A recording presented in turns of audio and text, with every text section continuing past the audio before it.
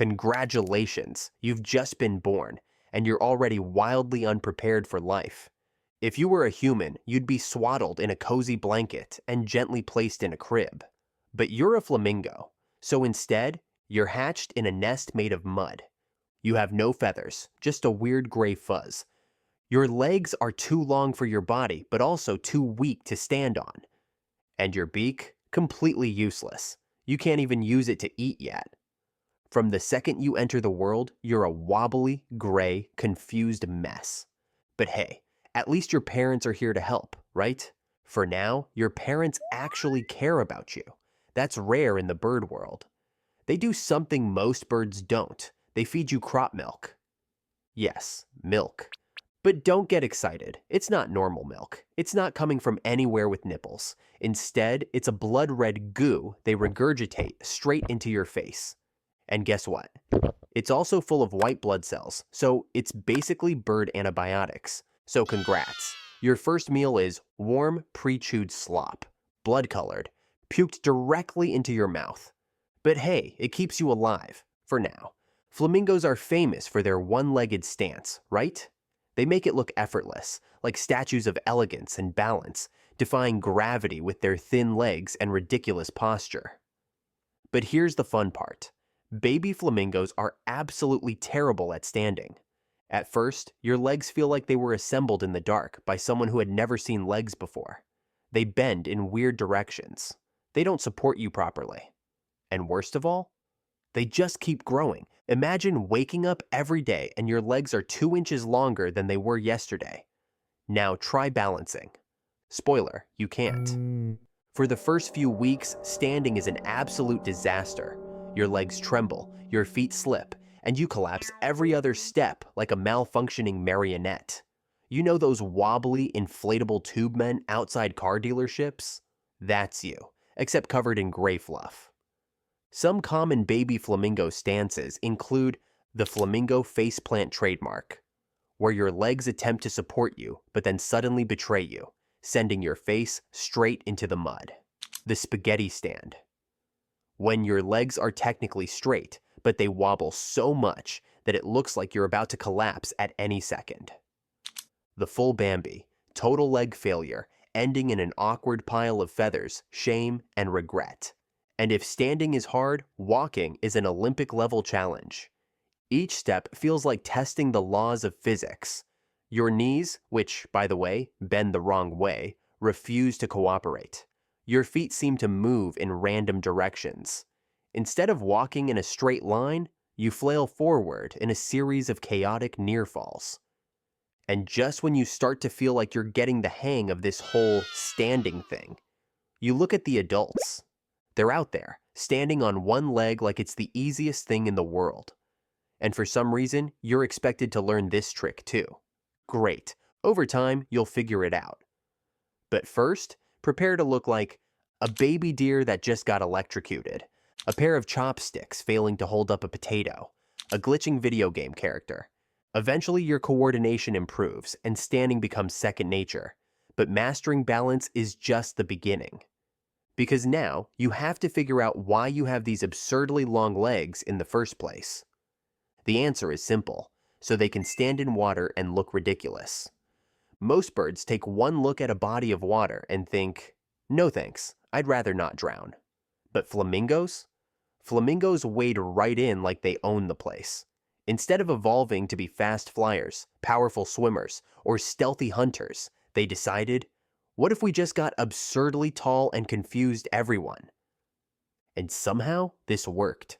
Flamingos' long, stilt-like legs allow them to stand in deep water without getting their bodies wet. This is important because it keeps them cool in hot climates. It gives them access to food that smaller birds can't reach. It helps them spot predators from a distance. It lets them dominate the bird world's high-fashion runway. But let's be honest, flamingos look ridiculous. Imagine a bunch of pink noodles wobbling around in a lake. That's basically what they are. You might think that standing in water makes flamingos an easy target for predators, but here's the thing.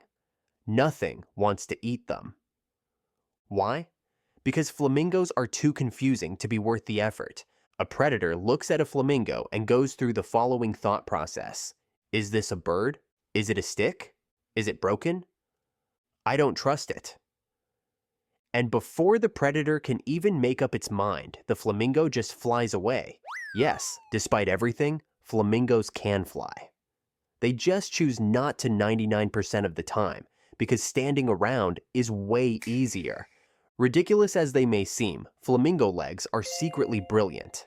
They contain a special joint that allows flamingos to lock their knees and stand effortlessly on one leg for hours. This means they can rest one leg while the other holds them up, reducing muscle strain and keeping them warm. Meanwhile, humans can barely stand for 10 minutes without shifting uncomfortably. So, while their legs look stupid, they actually make flamingos some of the most efficient lazy animals in existence. But just because nothing wants to eat you doesn't mean life is easy. Because now we need to talk about how flamingos actually get food. Let's talk about food. Most birds have some kind of impressive hunting strategy. Eagles soar through the sky, scanning for prey before dive bombing at 200 miles per hour. Owls are silent assassins with night vision so precise that a mouse never sees them coming. Even seagulls, arguably the world's most obnoxious birds, have perfected the art of daylight robbery, swooping down to snatch an entire burger straight from a human's hands. And then there's you, flamingo. You don't hunt, you don't chase, you don't even try. Instead, you filter feed, like a whale. Here's how it works. Stick your head upside down in the water, open your beak slightly, and move it like a tiny vacuum cleaner. Slurp up a mouthful of water, mud, and whatever unfortunate creatures happen to be in it. Strain out the liquid using tiny bristle-like structures inside your beak. Eat whatever minuscule shrimp, algae, or plankton get stuck. That's it. That's the entire hunting strategy, if you can even call it hunting. While other birds rely on precision, speed, and skill, flamingos rely on gravity and suction. Their entire approach to eating can be summed up as, what if I just let the food come to me? What if I ate like a pool filter? Effort? Never heard of it. This makes flamingos the laziest hunters in the bird kingdom. While eagles are out there catching prey mid-air, and herons are stabbing fish with pinpoint accuracy, flamingos are literally just sifting through water and hoping for the best. As ridiculous as this sounds, it actually works. Flamingos don't need to chase anything because they're eating things that can't run away. Their entire diet consists of microscopic shrimp, algae, and other tiny creatures that don't even know they're being eaten until it's too late. It's like if humans could survive solely by breathing in floating bits of pizza. Genius? Maybe. Lazy? Absolutely. But the weirdest part? This lazy diet is what makes flamingos pink. Flamingos are the color of bubblegum, strawberry ice cream, and overpriced vacation cocktails. But have you ever stopped to ask why? Why, of all things, are these birds pink? Well, the answer is both scientifically fascinating and deeply stupid. First of all, flamingos aren't born pink. When they hatch, they look like malfunctioning plush toys, all covered in weird grayish fluff with no hint of that signature pink. In fact, if you saw a baby flamingo out of context, you'd probably assume it was a discount Muppet reject. So where does the pink come from? Their food. That's right. Flamingos are walking shrimp-stained creatures. Their diet is made up of shrimp, algae, and microscopic critters packed with carotenoids, a fancy scientific term for color-changing chemicals. These pigments slowly build up in their bodies, and over time, turn their feathers pink. Now, stop and really think about how ridiculous that is. Imagine if humans worked the same way. Eat too many carrots. Congratulations, you're orange now. Eat nothing but blueberries? Say hello to your Smurf era. Forget to eat for a week, you just fade away like a bad Snapchat filter. And here's where it gets even more absurd. If a flamingo stops eating shrimp and algae, it turns white. That means if someone threw a flamingo on a diet of plain birdseed, it would lose its entire aesthetic and end up looking like a giant, confused seagull. But somehow, this ridiculous system matters in flamingo society. Among flamingos, pink is a status symbol. The pinker you are, the healthier, stronger, and more attractive you seem. A flamingo with deep, vibrant pink feathers is basically saying, "Look at me, I'm thriving. My diet is elite. Bow before my superior shrimp consumption." Meanwhile, pale flamingos, total losers. A flamingo that starts fading to white is immediately judged by the flock. It's the flamingo equivalent of showing up to a black tie event wearing pajamas and Crocs. Other flamingos side-eye them hard, silently asking, "Dude, are you okay?" And just when you think flamingos couldn't get any vainer, some actually cheat. That's right, flamingos fake tan themselves. They store extra carotenoids and spread them over their feathers to look pinker than they actually are, just to impress potential mates. Nature is brutal. And now that we've established that flamingos are basically living, breathing, shrimp-stained fashion statements, let's dive into something even stranger: how they communicate. Flamingos may look like elegant, graceful creatures, but if you close your eyes and just listen to them, you'd swear you were trapped inside a chaotic farmyard riot. Flamingos don't chirp, tweet, or sing. No, that would be too normal. Instead, they make a variety of honks, squawks, and grunts that sound like angry geese that just lost a fight. And somehow, this is their normal language. Now, you might think flamingos would tone it down a little, but absolutely not. They live in massive flocks, sometimes tens of thousands of them all gathered in one place. So imagine a packed concert, except instead of people cheering for a band, everyone is just honking, screeching, and yelling nonsense at the top of their lungs. And the best part? Every sound actually means something. Happy honk. Yo, I found some food. Angry squawk. Personal space. Back up. Confused. Murmur. Wait, where's everyone going? Emergency panic noise. Help! I forgot how to use my own legs again.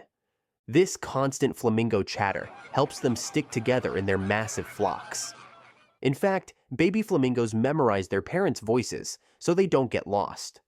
Which makes sense. Imagine being 2 feet tall, fluffy, and surrounded by thousands of identical pink noodles. You'd need some kind of system to keep track of your parents, too. But flamingo communication isn't just about staying together. It's also about social status. You see, in flamingo society, the louder you are, the more important you seem. The strongest, healthiest flamingos honk the loudest, while weaker, less dominant ones keep quiet. Essentially, if you're not screaming your lungs out, you don't matter.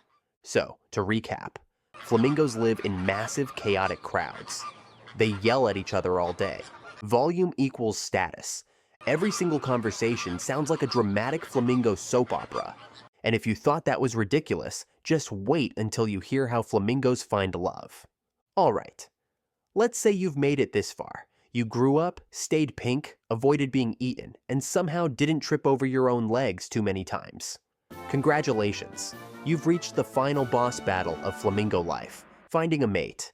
And naturally, because flamingos are peak ridiculousness, this process isn't normal. There's no romantic dinner, no exchanging of gifts, and certainly no deep, meaningful connections. Nope. Flamingo mating is determined by one thing: an absolutely absurd, synchronized dance battle. This is how it works and why it's so stupid. Step 1. Gather your squad. Male flamingos don't try to impress females one-on-one. Instead, they team up and form a dance group. That's right, flamingos don't compete solo. They march together in a synchronized formation like they're auditioning for the flamingo version of a boy band. Step 2. Start the weirdest group choreography imaginable. The males strut in unison, lifting their feet high, bobbing their heads, flapping their wings, and throwing in some totally unnecessary neck twirls. It's a bizarre mix of high knee marching, awkward headbanging, and interpretive dance. Step 3. The females stand around and judge. Hard. The females don't dance. Instead, they watch from the sidelines, silently deciding who looks the most coordinated and attractive. Dance badly? Rejected. Lose the rhythm for half a second? Eliminated. Show up late to the dance party? Get out. This is serious business. The competition is intense, and only the best dancers win the right to mate.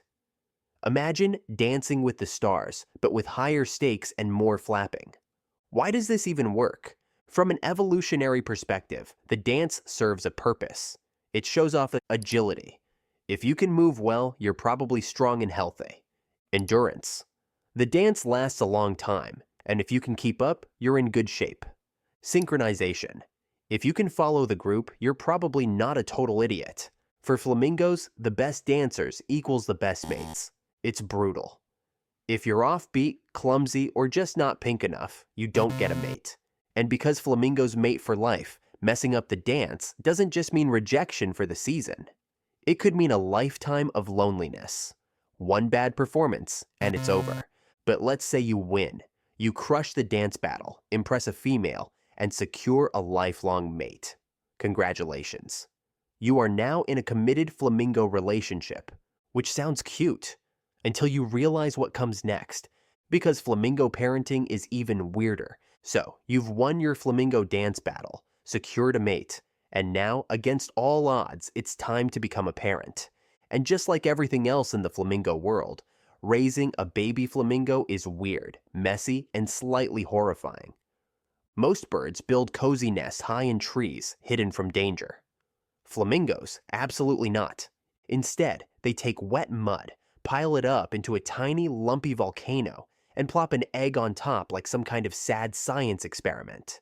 It looks terrible, but surprisingly, there's some logic behind this questionable design. The elevated mound protects the egg from flooding. The mud keeps the egg cool in hot weather, and it makes sure the flamingo stays true to its brand, looking ridiculous at all times. For about a month, both parents take turns sitting on this fragile mud tower, keeping the egg warm while also trying not to slide off. And then, one day, the chick hatches. Flamingos are famous for their elegant pink feathers. But here's the thing, baby flamingos are not pink. They don't even look like flamingos. When they hatch, they are. Covered in awkward gray fluff. Tiny, wobbly, and extremely bad at standing. Completely dependent on their parents for food. And speaking of food, you better hope you're hungry. Remember that red goo your parents vomited into your face when you were a chick? Well, congratulations. Now it's your turn. Flamingo parents produce something called crop milk, a thick, red, blood-colored sludge that comes straight from their digestive system. And for the first 2 months, they vomit this lovely mixture straight into their baby's mouth. Sounds disgusting? That's because it is. But somehow, it's also a superfood. This crop milk is packed with nutrients, fats, and white blood cells, which help the chick grow quickly and stay healthy. And if you're wondering, does this mean baby flamingos turn pink immediately? Nope. For the first few months, baby flamingos remain completely gray, which means they look absolutely nothing like their parents, wobble around like confused dust bunnies, spend their early days covered in regurgitated blood milk. Yes, flamingo babies start life looking like tiny fuzzy zombies. Despite looking like something from a horror movie, the chick slowly starts growing. Over time, it develops adult feathers, figures out how to stand on one leg, and finally turns pink thanks to its shrimp-heavy diet. And then, the cycle repeats. One day, this same chick will win a dance battle, secure a mate, and vomit blood-colored milk into the mouth of its own chick. Because in the flamingo world, parenting is just another layer of weird. At this point, you might be thinking, wow, flamingos have a pretty bizarre but hilarious life. And you'd be right. But before we wrap things up, let's take a moment to talk about the not-so-funny side of being a flamingo. Because while they may look like nature's practical joke, the reality is, flamingos face some serious threats. Flamingos may have mastered the art of standing on one leg and winning synchronized dance battles, but they aren't immune to the biggest threat of all, humans. Flamingos depend on water, not just for standing around looking fabulous, but also for food, breeding, and survival. But here's the problem. Their homes are disappearing. Climate change is drying up the shallow lakes they rely on, forcing entire colonies to relocate. Humans keep draining wetlands to build cities, farms, and other developments. Pollution and rising water toxicity kill off their food supply, making survival even harder. Imagine waking up one day and realizing your entire neighborhood was bulldozed overnight. That's basically what's happening to flamingos, except they can't just move into an apartment. For some reason, certain people look at a giant, high-maintenance, shrimp-obsessed bird and think, that would make a great pet. Spoiler, it doesn't. Poachers steal baby flamingos straight from their nests, shoving them into sacks like they're some kind of exotic souvenir. They're sold into the black market for private zoos, or illegally kept as status symbol pets. The problem? Flamingos can't survive alone. They need huge flocks to stay healthy. Without their normal diet and environment, most stolen flamingos don't survive long. So, if you ever hear someone say, "I want a pet flamingo," tell them to stick to a lawn ornament. Flamingos are nature's Instagram models. They're gorgeous, exotic, and photogenic, which means people want selfies with them. But here's the problem. Tourists don't understand personal space. Some people chase flamingos to get the perfect photo, scaring them away from their nesting grounds. Others get too close, causing flamingos to freak out and abandon their eggs. Some even try to touch them, which is a terrible idea because flamingos are flighty, fragile, and really bad at handling stress. Imagine trying to raise a family while random strangers keep barging into your house, screaming, taking selfies, and poking you. That's what happens to flamingos every tourist season. Despite all these challenges, flamingos aren't doomed just yet. Conservationists are working to protect their breeding grounds and restore habitats.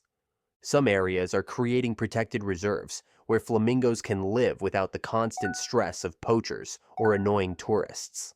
Efforts to crack down on illegal flamingo trading are improving, making it harder for people to steal flamingos for their personal petting zoos. So while flamingos still have plenty of challenges, at least some humans are trying to undo the damage we've caused. At this point, we've established beyond a doubt that flamingos are one of nature's strangest creatures. Let's recap. They start off as gray, fuzzy disasters. They turn pink because of their diet. They eat by vacuuming up mud. They find mates through synchronized dance battles. They vomit blood-colored milk into their babies' mouths. And yet, despite all of this, humans love flamingos. We decorate hotel pools with them. We turn them into lawn ornaments. We idolize them for their grace and elegance. But let's be honest. Flamingos aren't graceful. They're just weirdos in disguise. So, if reincarnation exists and you come back as a flamingo, maybe just stand there and accept your fate.